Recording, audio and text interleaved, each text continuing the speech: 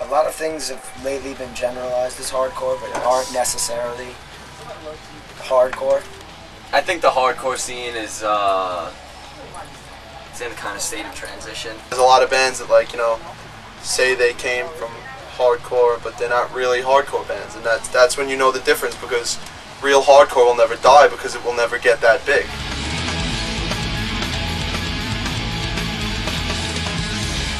So this is what we've all been waiting for. With the thing I almost missed it.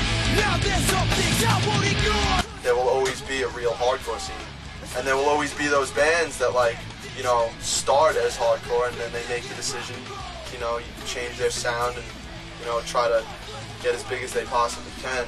But I mean, you know, most of those bands end up sounding nothing like or acting nothing like what hardcore bands and what hardcore kids believe is hardcore. I feel like, you know, like after like the late 80s hardcore and like Gorilla Biscuits and Cro-Mags and Agnostic Front, Sick of Gold and all of that, after that, in the early 90s, there was like this kind of post-hardcore thing where everybody that was in those bands went and got in major label bands, you know, there's Quicksand and Burn and all of that stuff, and now it's kind of almost happening again, you know, that like we had the late 90s hardcore, especially on Long Island, was huge. I mean, everybody came through and played Long Island all the time, and now it kind of dwindled down, and now with this pop punk explosion happening, more kids are starting to come out, and, you know, when the trends fade, a lot of those kids will go away, but you still have a bunch of kids that really found something that means something to them, you know, in it, and those kids will stick around.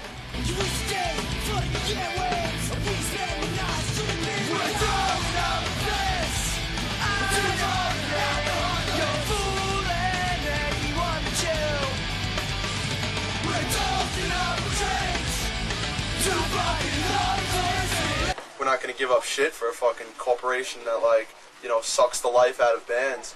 But I mean, hey, you know, if kids dig what we're doing and we're not changing our sound and we're staying hardcore, then you know what? There's nothing wrong with that. I mean, look at a band like Sick of It All.